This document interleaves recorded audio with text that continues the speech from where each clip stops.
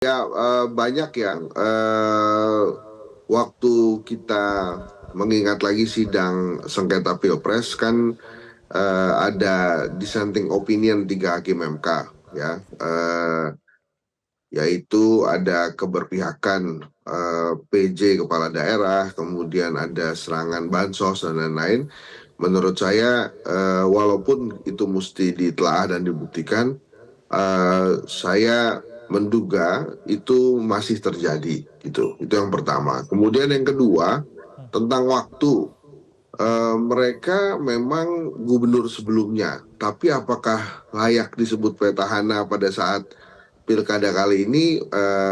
Mungkin juga tidak, karena yang sebetulnya menjadi petahana adalah PJ-PJ kepala daerah, karena sudah cukup lama mereka memimpin daerah tersebut.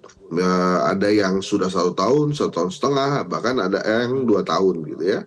Nah, memang ada jeda 2 tahun bagi petahana, selama dia memimpin, kemudian ada jeda 2 tahun ke pilkada karena memang aturannya demikian.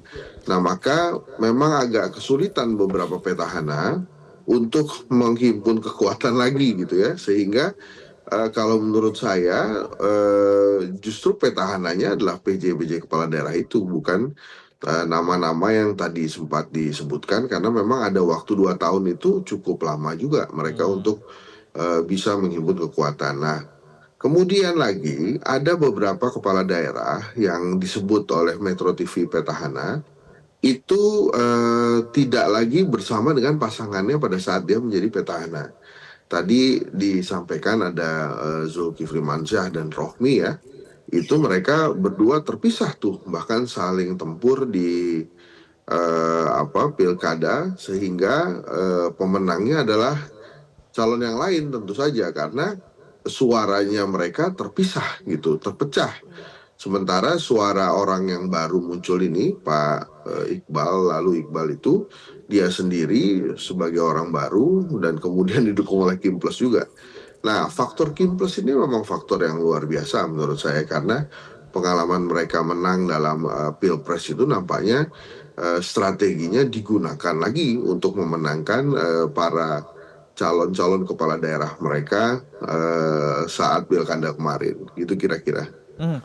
Bang Hensat, tapi bukankah kalau petahana seharusnya bisa memainkan peran lebih aktif karena mereka sudah lebih menguasai lokasi dan juga sudah memiliki alat politik yang lebih memadai dibandingkan dengan lawannya?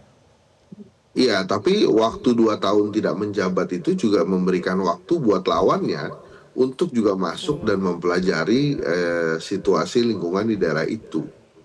Dan tentu saja faktor Prabowo itu, faktor Kim Plus itu tidak bisa di apa namanya, tidak bisa dikesampingkan. Maka eh, saya saat ini menduga apa yang disampaikan oleh para hakim MK di dissenting opinion waktu sengketa Pilpres itu mungkin saja terjadi lagi. Dua diantaranya kan memang keberpihakan PJ kepala daerah dan kemudian Mhm. serangan bansos gitu ya. Bahkan di dissenting opinion hakim MK itu mereka meminta ada beberapa daerah yang diulang. Nah, misalnya contoh ya, gabungan antara gubernur terdahulu dengan Kiples, misalnya terjadi di Sumatera Barat, Buya Mahyaldi dan Vasco ya, itu mereka menang bisa sampai 70-an% gitu, itu yang luar biasa juga. Jadi memang beberapa hal terjadi dan tidak terduga. Apa yang terjadi di Banten misalnya, ada anomali, Airin menang terus di survei, kemudian hasil pada saat pilkada versi hitung cepat itu dia kalah. Itu kan juga hal-hal yang memang mesti ditelaah dan masih jadi misteri. Kalau dari disertasi saya tentang momentum politik, memang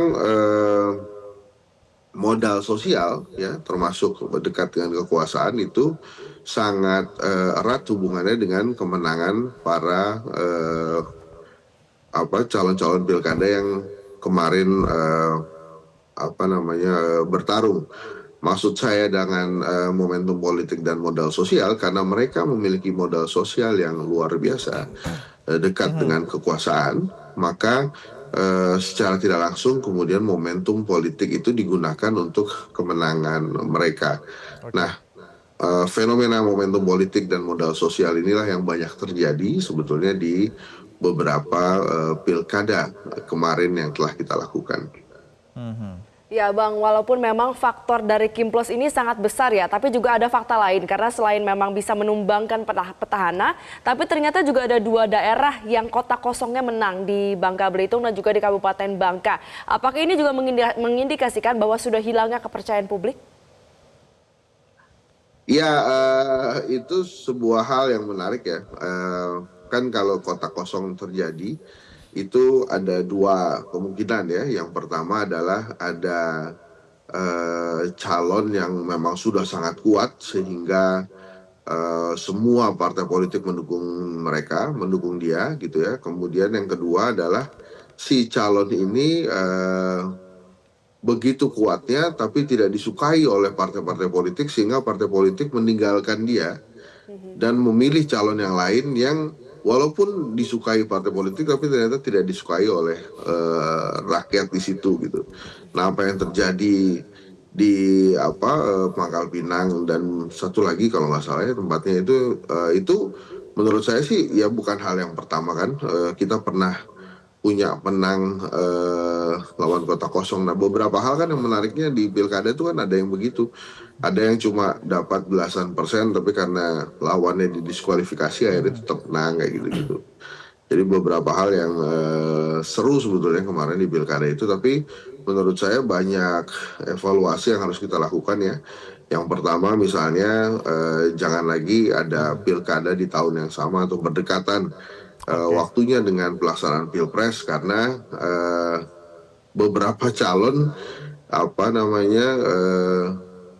merasa euforia dengan atau bersama dengan kekuasaan itu menjadi penting, maka calon-calon lain eh, enggan untuk maju. Nah, kemudian misalnya yang kedua ya, selain pilkada yang jangan berdekatan, juga menurut saya yang paling penting adalah sosialisasinya juga harus lebih banyak, harus lebih lama.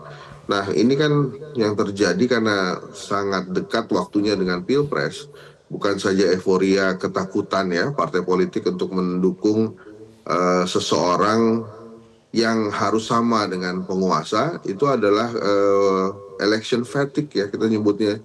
Jadi ada faktor kelelahan bagi rakyat Indonesia untuk kemudian datang ke TPS dan memilih. Ini dibuktikan dengan beberapa provinsi yang memang eh, tingkat partisipasinya rendah ya. Salah satu yang paling memperhatinkan kan di Jakarta, di Banten juga demikian rendah dan di beberapa tempat lain. Jadi rata-rata memang kehilangan 10-20% partisipasi masyarakat dibandingkan dengan bahkan ada yang 30% dibandingkan dengan pada saat Pilpres lalu.